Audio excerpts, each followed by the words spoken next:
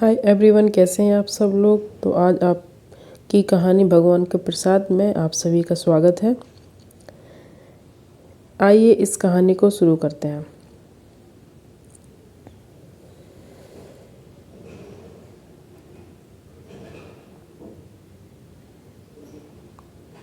हम जब भगवान को भोग चढ़ाते हैं तो फिर भोग चढ़ने के बाद हमारा चढ़ाया हुआ भोग मतलब कि प्रसाद वैसा का वैसा ही क्यों होता है, इसमें से कुछ कम क्यों नहीं होता। क्या आपको भी इस प्रश्न का जवाब नहीं पता है?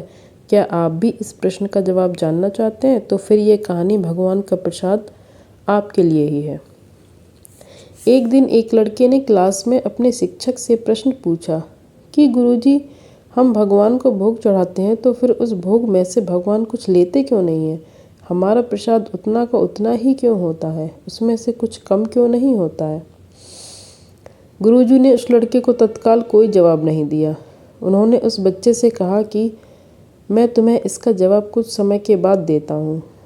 उस दिन गुरुजी ने पाठ के अंत में एक श्लोक पढ़ाया। पाठ पूरा करने के बाद गुरुजी ने सभी शिष्यों से कहा कि वे सब पुस्तक में से देखकर श्लोक कंठस्थ कर लें। करीब 1 घंटे बाद गुरु ने प्रश्न करने वाले शिष्य से पूछा कि उसे श्लोक कंठस्थ हुआ कि नहीं। उस शिष्य ने पूरा श्लोक शुद्ध शुद्ध गुरु जी को सुना दिया। फिर भी गुरु जी ने सिर नहीं में हिलाया। शिष्य ने गुरु से कहा, अगर आप चाहो तो आप पुस्तक देख लो, श्लोक बिल्कुल वैसा ही है जैसा मैंने आपको सुनाया है। गुरु ने पुस्तक दिखाते हुए कहा, श्लोक तो पुस्तक में ही है, तो तुम्हें कैसे याद हो गया? शिष्य ने कुछ नहीं कहा। गुरु ने कहा, पुस्तक में जो श्लोक है वह स्थूल रूप में है। तुमने जब श्लोक पढ़ा तो वह सूक्ष्म रूप में था, तुम्हारे अंदर प्रवेश कर गया। उसी सूक्ष्म रूप में वह तुम्हारे मन में रहता है। इतना ही नहीं, जब तुमने इसको पढ़कर कंठस्थ कर लिया तब भी पुस्तक के स्थूल के रूप में श्लोक में कोई कमी नहीं आई।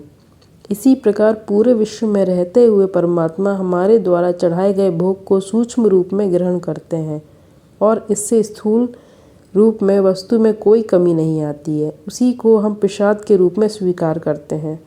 शिष्य को प्रश्न का उत्तर मिल चुका था। शिष्य को तो उसका जवाब मिल गया।